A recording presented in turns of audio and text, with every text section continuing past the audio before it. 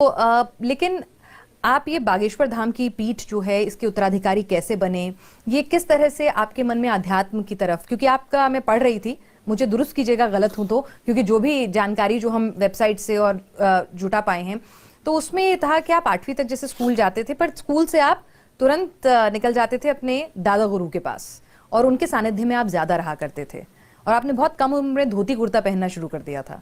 तो कुछ बताएंगे कि कैसे आप हमारी जीवन की प्रारंभिक यात्रा अध्यात्म से हुई और गुरु चरणों से हुई, दादा गुरु जी के चरणों से। ये आश्रम जो बागेश्वर धाम है, अक्खड़ और फक्कड़ है, परंतु यह आश्रम पूज्यपाद दादा गुरु सन्यासी बाबा 3 पीढ़ियों से दरबार लग रहा। स्वयंभू हनुमान जी हैं। पहले सन्यासी बाबा पर कृपा हुई, 5 बार उनको बालाजी के प्रत्यक्ष दर्शन हुए, ऐसा दादा गुरु जी ने बताया। फिर दादा गुरु जी ने दरबार लगाया, उन पर भी कृपा हुई। कहते हैं कि उनको भी श्री हनुमान जी का साक्षात्कार हुआ और उन्होंने 10-11 वर्ष की अवस्था में हमको जो है यहाँ सेवा में लगा दिया। फिर लगातार अनवरत सेवा में 11 वर्ष की अवस्था से हम यहाँ हैं। बीच बीच में कथाओं में जाते रहे, पढ़ाई भी की, अध्ययन भी किया, पर ज़्यादा मन हमारा दादा गुरु के चरणों में, बालाजी के चरणों में, अध्यात्म के प्रति, सत्यनारायण कथा वाचना। अभाव का जीवन था हमारा, अभाव के जीवन में सत्यनारायण करना और पुरोहित्र कर्म करना जो हमारी परंपरा में था, उसका हम निर्वाहन करके अपनी जीविका चलाते थे और ईश्वर का भजन करते थे। मैं पढ़ रही थी कहीं, देखिए जो जानकारी मुझे उपलब्ध है नेट पे, मैं वही आपसे साझा कर रही हूँ, अगर गलत हूँ तो आप उसे दुरुस्त कीजिएगा, कि आपके परिवार ने वो जीवन भी बिताया है जब आपके पास 2 वक्त का भोजन नहीं होता था। ये कोई बड़ी बात आज आप हजारों भक्तों को अपने धाम की रसोई से उनका पेट भरते हैं सुबह शाम। पहली बात तो हम भरते नहीं हैं, क्योंकि हम कोई बिजनेसमैन नहीं।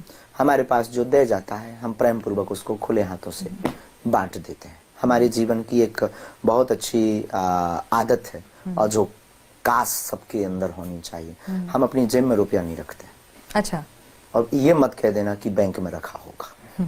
तो हम अपनी जेब में रुपया नहीं रखते हैं और जो आता है उसको खर्च करने की आदत हमारी बहुत अच्छी है और बहुत तरीके से हम खर्च करते हैं। हम कोई भी चीज बहुत महोत्सव से मनाते हैं, चाहे वो कन्या विवाह हो या भंडारा हो। बहुत जरूरत है, जब कभी बहुत चढ़ोतरी आ जाती है, मांगते नहीं है पर कोई दे जाए तो मना नहीं, क्योंकि ब्राह्मण वर्ण व्यवस्था में भी है, तो गुरु के नाते कोई दक्षिणा, गुरु दक्षिणा दे जाता है तो हम सार स्वीकार करके जेब में रख लेते हैं। पर हमें लगता है आज क्या खिलाया जाए, आज रसगुल्ला खिलाया जाए। अच्छा।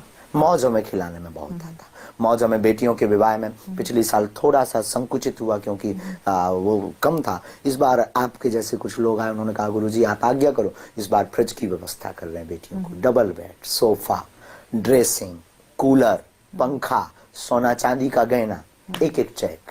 अच्छा। हाँ, तो हमारी जिंदगी में ये सूत्र बहुत अच्छा है। तो अभाव की जिंदगी रही, लेकिन आज भी हम अभाव में जीते हैं, उसमें हमें बहुत मजा आता है, क्योंकि प्रभाव में हम बहुत ज्यादा रस नहीं ले पाते हैं। फक्कड़पन का जीवन जीना में बहुत अच्छा। अच्छा, ये बताइए कि आपकी माताजी आज आई थी जब हम लोग देख रहे थे, और यहाँ पर तस्वीर भी हम देख रहे हैं, तो जब आप सबके लिए पीठाधीश्वर हो गए, बागेश्वर महाराज हो गए, तो एक माँ के लिए उनका धीरेन्द्र जो है वो कितना बदल गया, या वो वही? नहीं, हमारा जीवन हम किसी के लिए नहीं बदले। एक हमारी ऑन कैमरा हो या हम बाहर लाखों परिवार के बीच में बैठे हो, हमारे सब परिवार हैं, या हम अंदर कमरे में, हमारा स्वभाव और जो अति चंचलता है वो बनी रहती है, बरकरार। माँ से कभी डांट भी पड़ जाती है? तो आज भी, अभी भी रोज खा लेते हैं, सोए नहीं, आंखें लाल है, गला बैठ गया, भोजन तो कर, किसके लिए कर रहा, कब तक करेगा, बुढ़ापा जल्दी आ जाएगा, जल्दी खा। और भी वही वो जो माताओं का जो भाव होता, ममत्व होता, वो आज भी डांटना, फोन पर डांटना, आकर डांटना।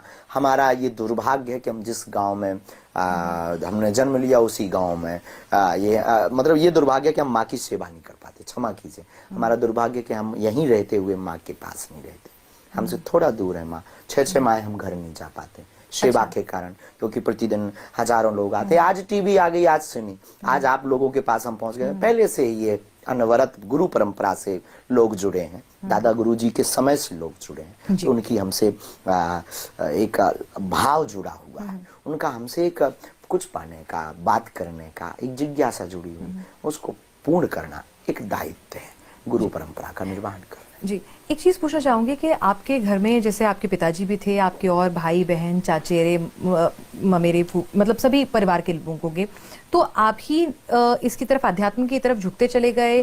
कर्मकांड हमारे पूरे परिवार में है, अच्छा। पर हमारा थोड़ा सा हम बीच के बीच कबाड़ी निकले हैं।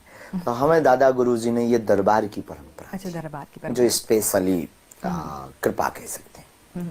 तो कर्मकांड तो पहले ही था, लेकिन दादा गुरुजी की ये जो परंपरा है गद्दी की, ये हमको उन्होंने बचपन से दी, दरबार की परंपरा।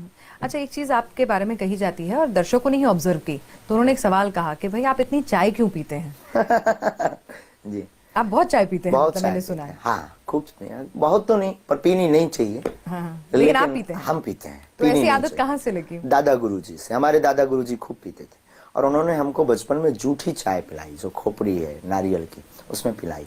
तो वो उस चाय से हमारे गुरु की याद जुड़ी है। जिस चाय से अपनी जीवन की याद जुड़ी हो, पहला स्टेप और जीवन के पहले लोग कदापि नहीं भूलना चाहिए, हमें ये लगता है। और गुरु की स्मरण तो जिससे जुड़ा हो, उस स्थान को तो स्वप्न में भी नहीं भूलना चाहिए।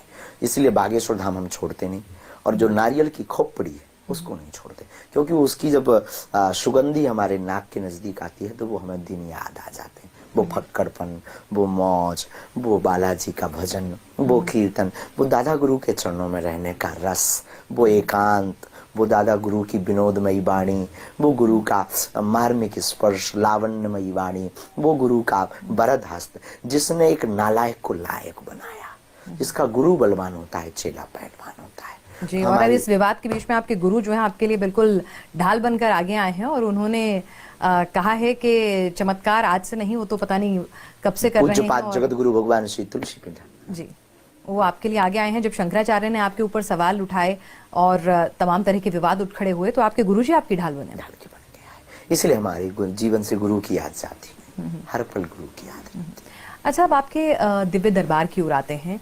कुछ लोगों का ये कहना है महाराज जी के दिव्य दरबार के अंदर कई बार आप अपने भक्तों से बहुत ही जिसे कहते हैं कि रूखा व्यवहार करते हैं। कई बार आप उनके बारे में हटो, दूर हट जाओ तुम, ऐसी कई क्लिपिंग्स आपकी वायरल हो रही हैं, तो वो हम तक पहुंचाई गई। ठीक है, निश्चित तौर पर वो आपके चाहने वाले नहीं, लेकिन कुछ चाहने वाले भी नाराज हैं कि इतना ज्यादा डांट डपटना, इतना ज्यादा गुस्सा क्यों कर देते हैं। और कई बार आप ऐसी बातें सबके बीच में बोल देते हैं कि वो किसी की निजता का हनन हो जाता है, तो वो नहीं बोलनी चाहिए, ऐसा उनका मानना है। तो उनका मानना है, हम भी इस बात को आई एक्सेप्ट इट। पर कई बार ऐसी परिस्थितियां प्रकट होती हैं जब सामने वाले को बहुत ज्यादा भरोसा नहीं होता ईश्वर सत्ता पर, सिद्धि पर। उसे लगता है कि जो इन्होंने लिखा या कहा ये तो नॉर्मल ही है, और वो ज्यादा कुरेदता है, वो बहुत ज्यादा ओवर स्मार्ट बनता है, वो बहुत ज्यादा पुश करता है। तब फिर हमें लगने लगता है कि इसको ये भी बताना चाहिए कि इतना ही नहीं, बहुत कुछ है। तो उसको आभास कराने के लिए उसकी निजता का प्रदर्शन करके हमें टीआरपी या लोगों में वाहवाही लूटना हमारा ध्येय नहीं है। अमुक व्यक्ति को सबक सिखाना हमारा ध्येय रहता है। अगर वो अपने आप में बहुत गुरु या बहुत होशियार बनता है, तब उसे बताया जाता है कि भारतीय ऋषि परंपरा क्या है।